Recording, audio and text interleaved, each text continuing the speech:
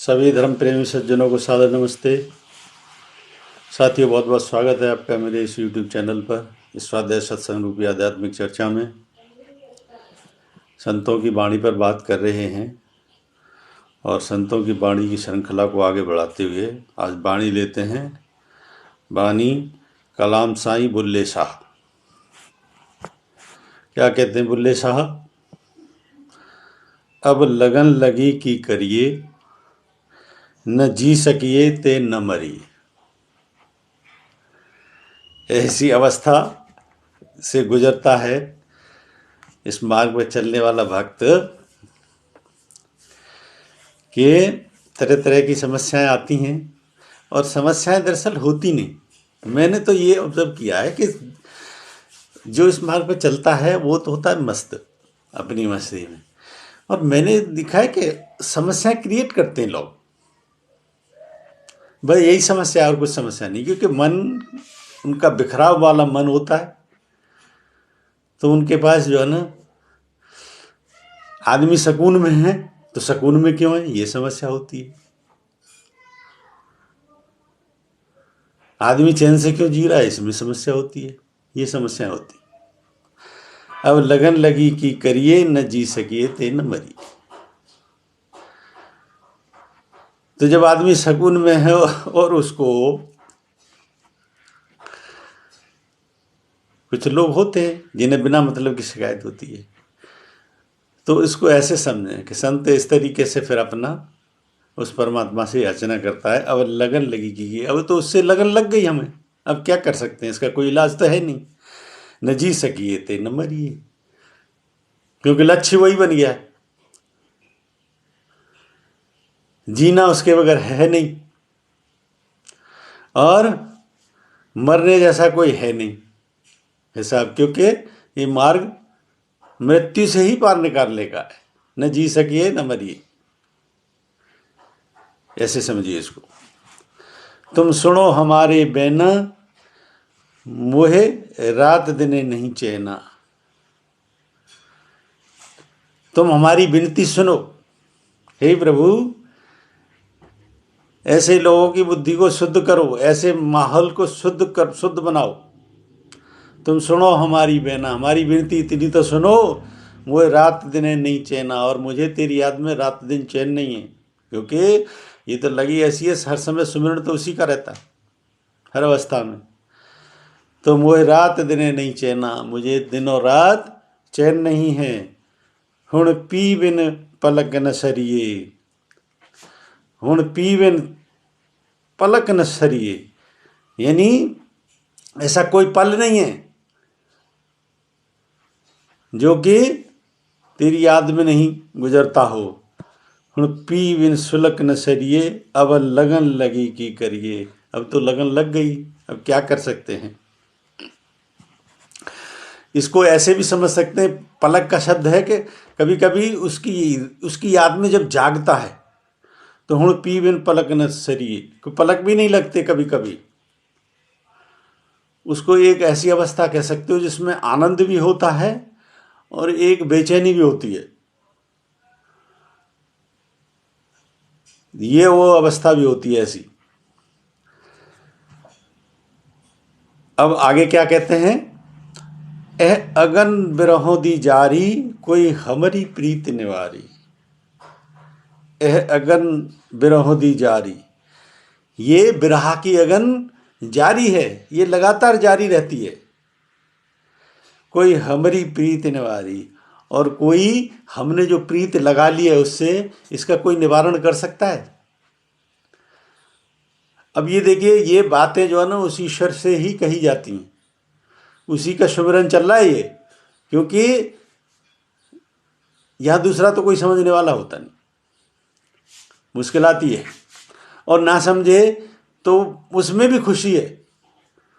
पर बात यही है कि परेशानी इस पे होती है कि चैन से क्यों रह रहा है इंसान। बेचैन लोगों को अक्सर यही परेशानी सताती है कि व्यक्ति चैन से कैसे रह रहा है।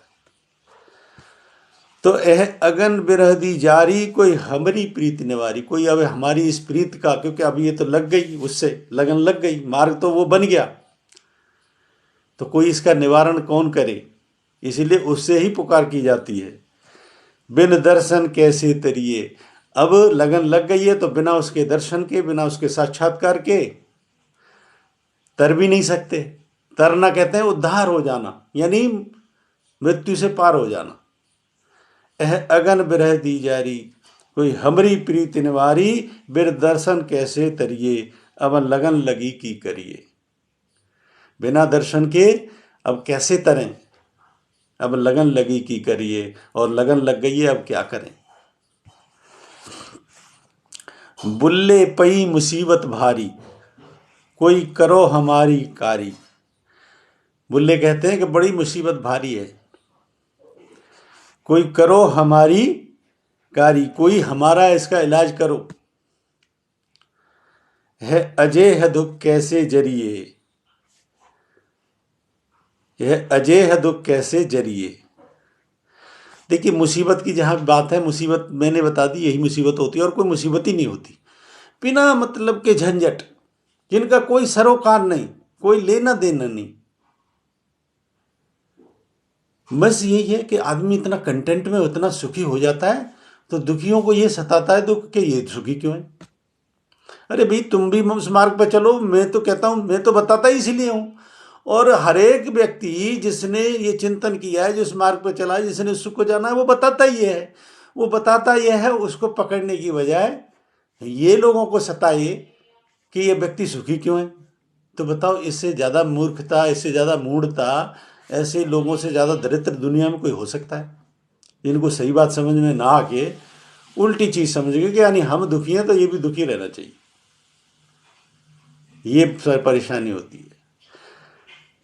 बुल्ले पई मुसीबत भारी, कोई करो हमारी कारी, कोई हमारा इसका इलाज करो। यह अजय है दुख कैसे जरिए, ये अजय है, वही मतलब हो गया कि यह अजय है, यानी जिन दुखों की कोई ज़रूरत ही नहीं है। यह अजय है दुख कैसे जरिए, किस प्रकार से इन दुखों का निवारण हो।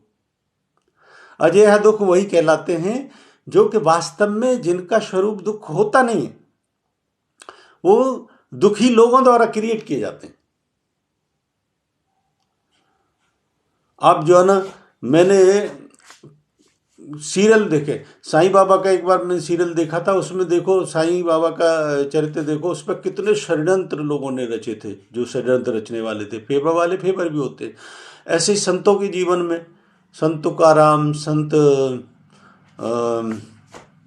बहुत सारे इन संतों का हम वर्णन हो रहे हैं, सबके प्रति जबरदस्ती की षड्यंत्र,